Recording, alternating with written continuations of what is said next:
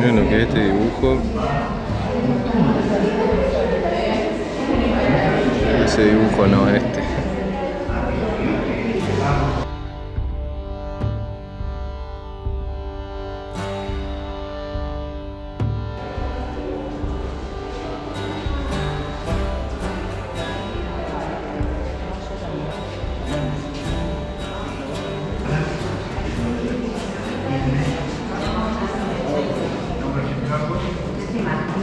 ¿Qué es esto?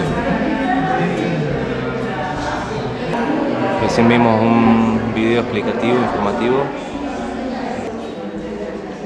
Mortero para metales, toma. ¿Este cambio? Son urnas funerarias.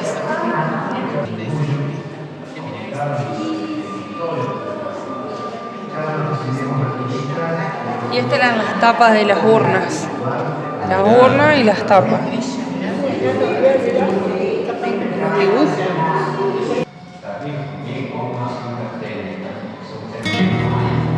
Esta gente no construía para arriba. Viste que hoy hacen las casas altas. No, esta gente construyó para abajo.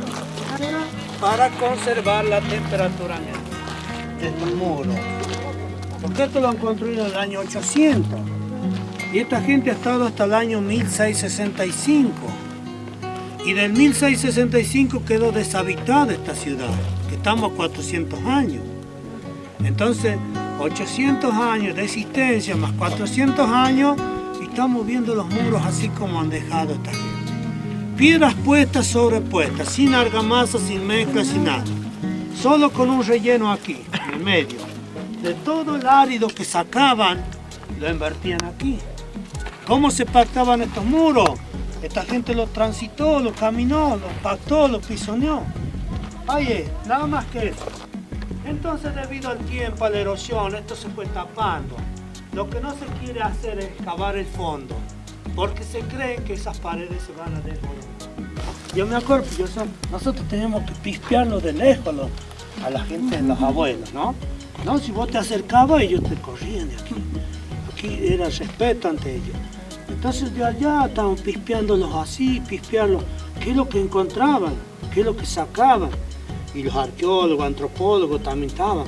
Entonces el abuelo estaba sentadito abajo, a 3 metros de profundidad. Pero así como lo habían puesto así, lo encontraron. O sea que serían por esos tiempos de tan fuertes heladas, frío, que de modo que como lo ponían al cuerpo, se congelaban.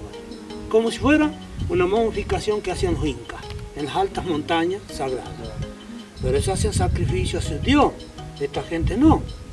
Así que, así, la cabellera, me acuerdo, todo el cuerpo, la dentadura, todo así sanito.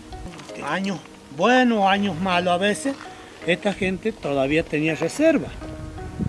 Quilmes se caracteriza por ser grande guerrero en el tiempo, porque esta gente ha podido llegar a 130 años resistiéndole a la conquista española. Pero antes, a la llegada del español, ¿quién pasó? La expansión inca. No nos olvidemos que los incas desde el Alto Perú, desde Cusco, se expandió parte de un imperio, conocido como el Collasuyo. Ese llegó hasta el sur de Mendoza y centro de Chile. Por acá ha sido la pasada de ellos. ¿Qué es lo que venía haciendo el Inca? A ver, no era conquistar estos pueblos, porque ellos eran estratégicos. Sabían que a esta gente le hacía falta. Entonces ellos lo iban sumando, incorporando al imperio. Cosa que todos los pueblos que se incorporaran al Tahuantinsuyo le pagaran tributo. Sea quien alimentaran al imperio. Aquí se quedan a cerca de 40 años los incas. Miren ustedes. Por ejemplo, allá donde están las antiguas represas, son los tambos incaicos para ellos.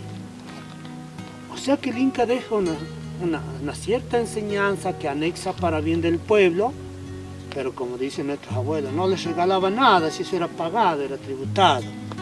Bueno, la lengua tan difícil que ha sido el cacán para otra etnia, los incas imponen el quechua.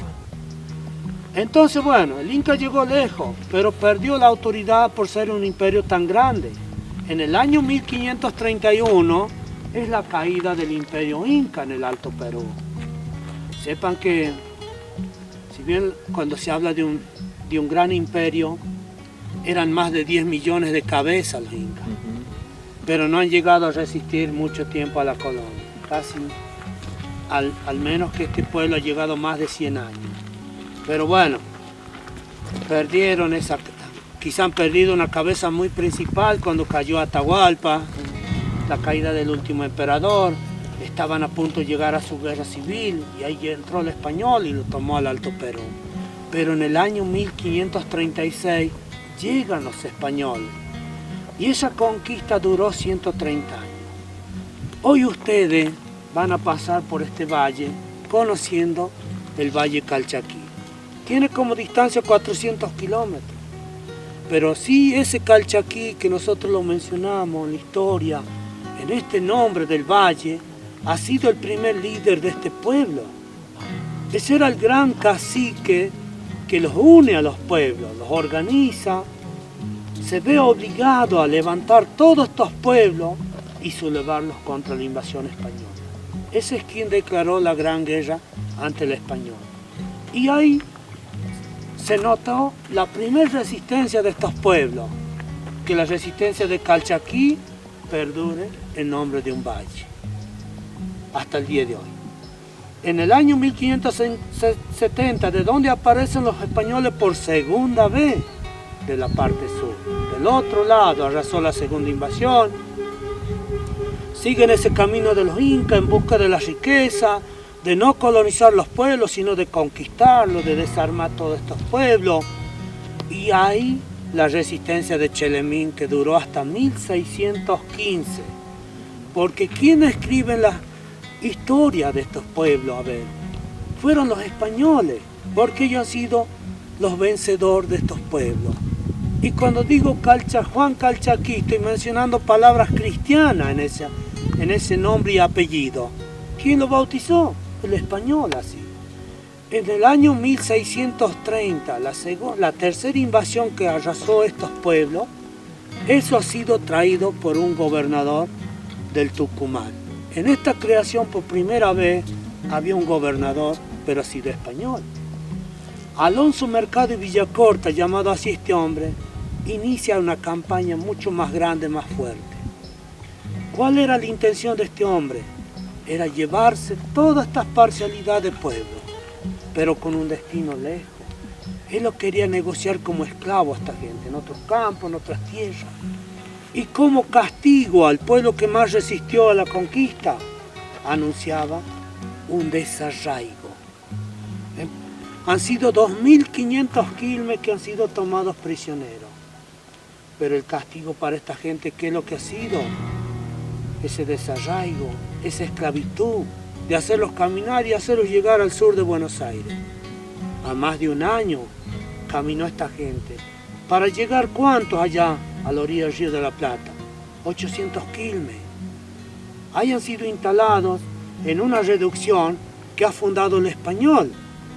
Esa antigua reducción fundada por ellos pasó a ser quilme en Buenos Aires, pero en el año 1812. Ahí se declaraban los pueblos libres ya, pero ahí se acaba el último quilme. Esa gente se autoextingue allá, se desintegró como grupo. Ni siquiera se repobló, ni siquiera se reprodució más. Y la poca gente que escapó a las montañas, a las alturas, a la sierra, sobrevive. Por eso se habla de una preexistencia ancestral de una comunidad originaria. Porque esos quilmes en el año 1700, ¿qué hacen esos quilmes en las alturas? Bajan, buscan mejoramiento de vida. Esos son, como dicen nuestros abuelos, decían, bajaba uno, después bajaba otro, y buscaban mejoramiento de vida e iban repoblando quilmes por allá. Por eso ese pueblo se hace otra vez con el nombre de esta ciudad, se hace por allá. Otros bajan, repoblaron para allá y se dispersa la comunidad. Unos por allá, otros más allá, así. En tiempos después viene la reorganización de estas comunidades.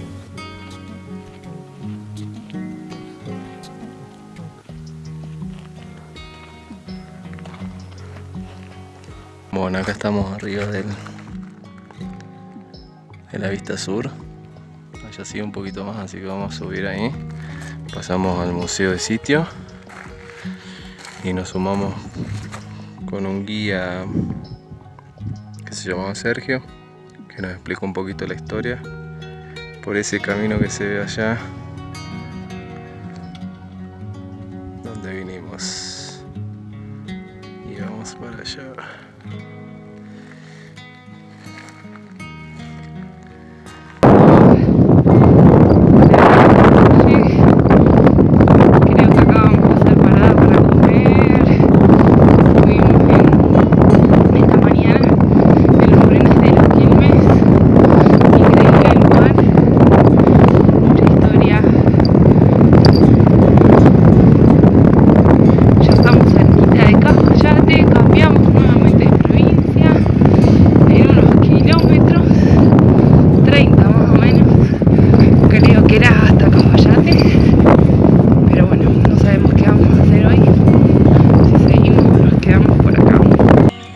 Estamos en Colalao del Valle,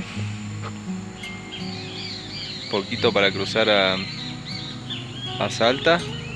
Vamos a ver si podemos hacer noche acá en unas hosterías que capaz que nos dejan armar la carpa.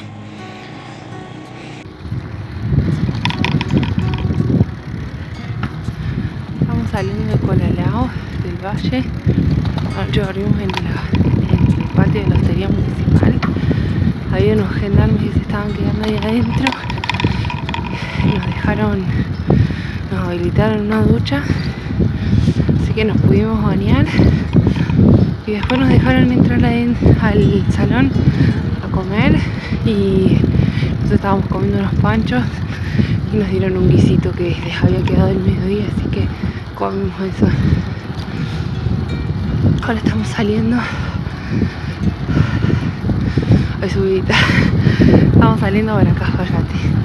Tenemos 35 kilómetros